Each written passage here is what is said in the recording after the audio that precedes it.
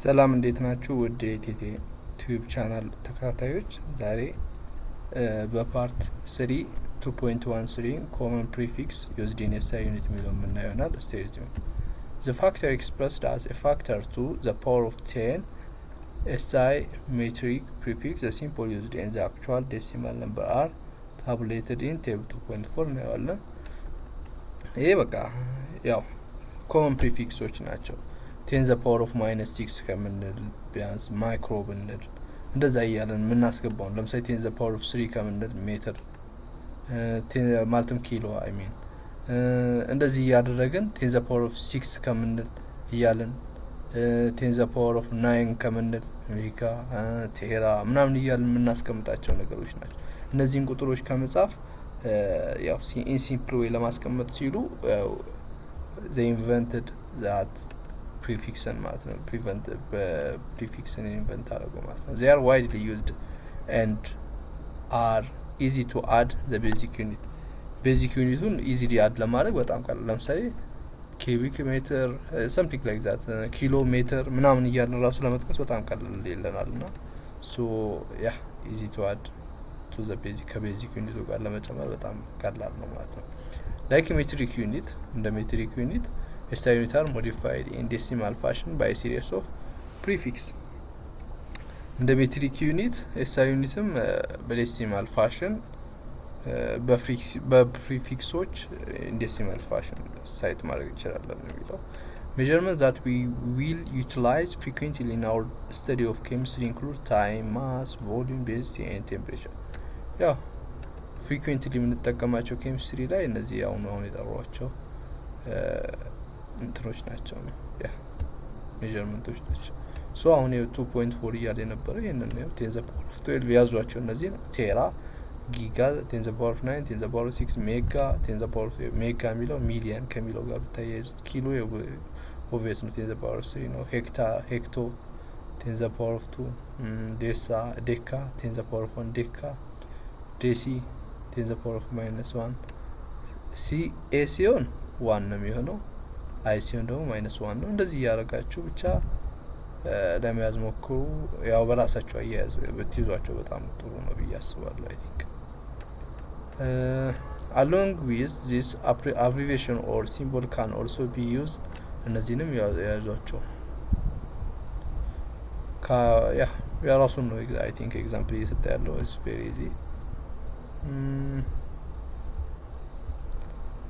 I try to work what if it I'm sorry and okay yeah I think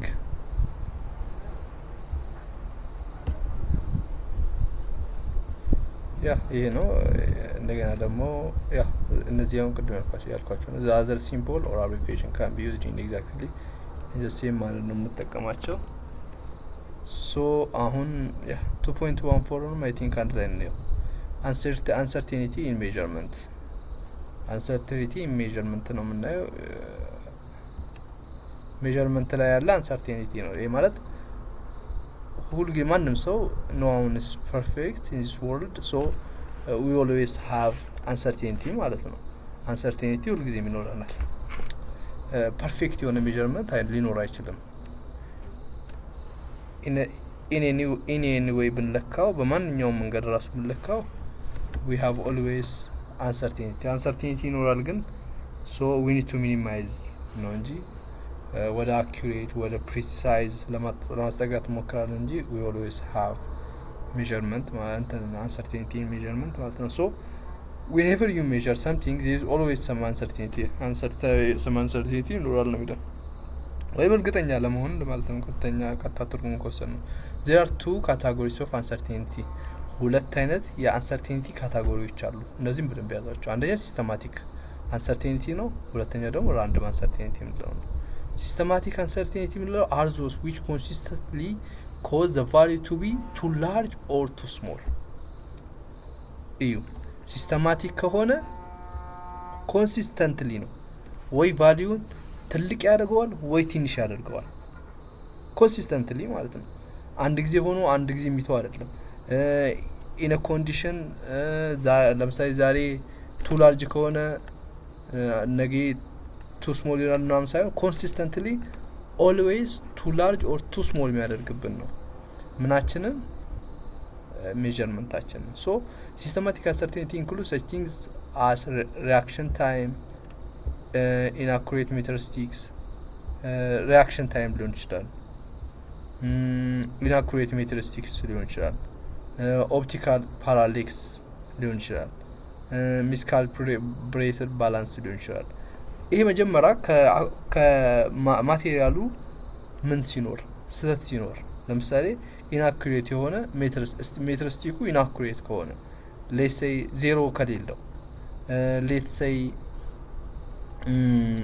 calibrate ሲደረግ miscalibrate ተደርጎ ከሆነ ባላንሱ so such like of things are considered as systematic uncertainty ማለት ነው so እነዚህን systematic uncertaintyዎችን ያው reduce eliminate ማድረግ እንችላለን in which way ካለን in principle systematic uncertainty can be eliminated or reduced if you know they exist መኖራቸው ካወቀን ለምሳሌ miscalibrated balance ከሆነ እያወቀን calibrate የተደረገው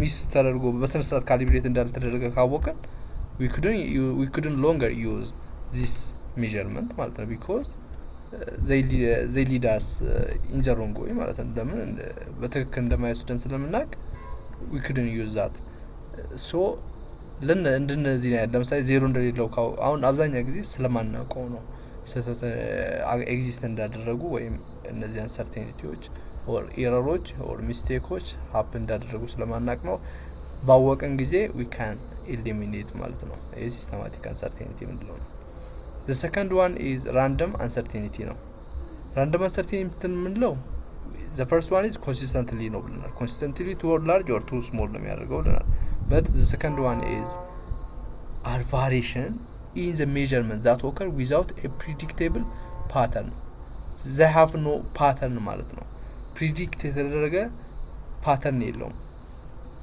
if you make precise measurement this uncertainty arises from the estimated part of the measurement precise measurement ከተጠቀምን ይሄን uncertainty arise from estimated part arise የሚሆነው ያው reduce ምናምን ነገር ማድረግ እንችላለን random uncertainty can be reduced but never eliminated ያኛው eliminated መሆን ይችላል ለምሳሌ miscalibrated balance ከሆነ calibrated የሆነ በትክክል calibrated የሆነ balance መጠቀም ነው so we can eliminate ማለት ነው systematic ይሄን ግን randomን eliminate ማድረግ አንችልም random uncertainty can be reduced ግን መሆን ይችላል but never eliminate ግን ማጥፋት ግን አንችልም we need a technique to report the contribution ቴክኒክ ያስፈልገናል እነዚህን ልናስተካክላቸው እንችል or report ልናደርጋቸው ኤረር እንዳለ ራሱ ያው መንገድ ይኖርብናል አይደል እንትን ለምሳሌ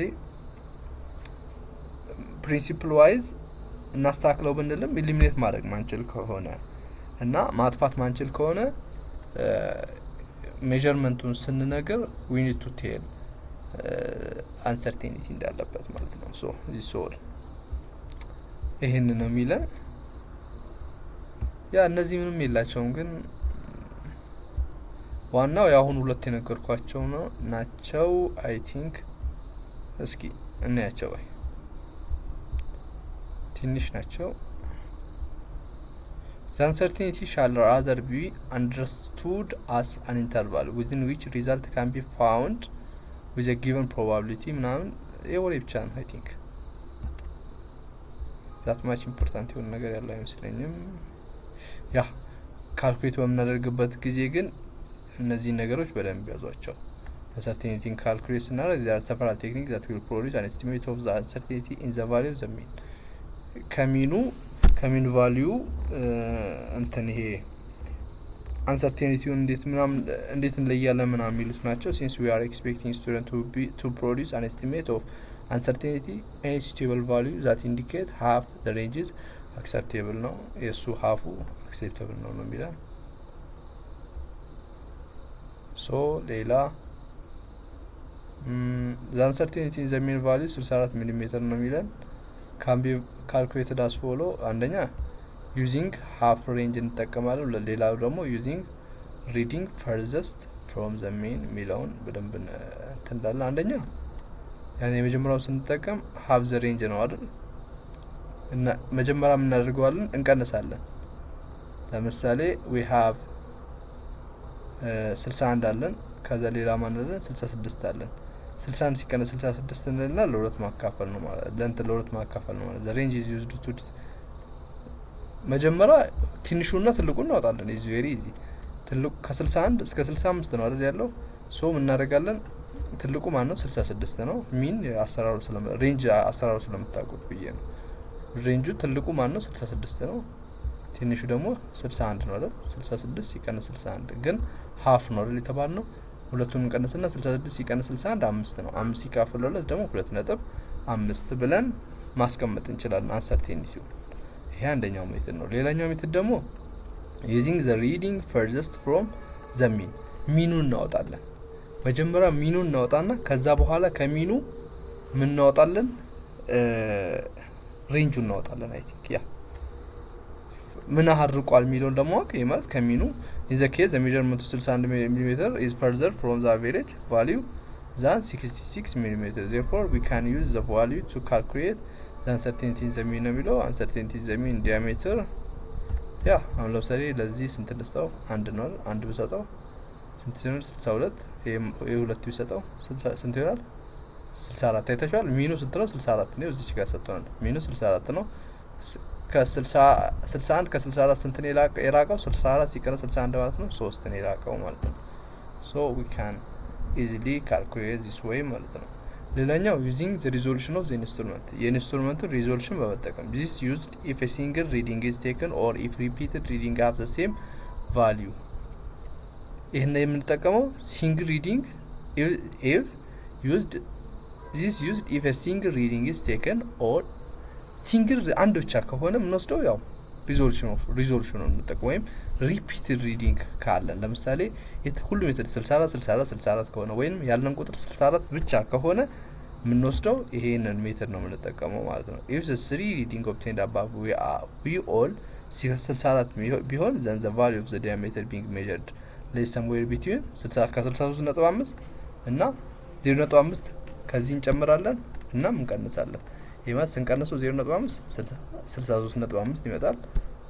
ከዚህ ደግሞ 0.5 ስንጨምር 64.5 ይመጣል። ሶ we have እንደዚህ 64 ፕላስ ኦር ማይነስ ብለን 0.5 ብለን ምናምን ነው የምንሰራው። ዛት ማች የሚከብድ ነገር ነው ብዬ አላስብም።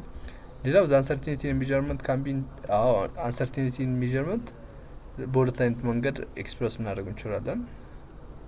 አንደኛ absolute uncertainty ነው። ሁለተኛ percent uncertainty ነው ማለት ነው።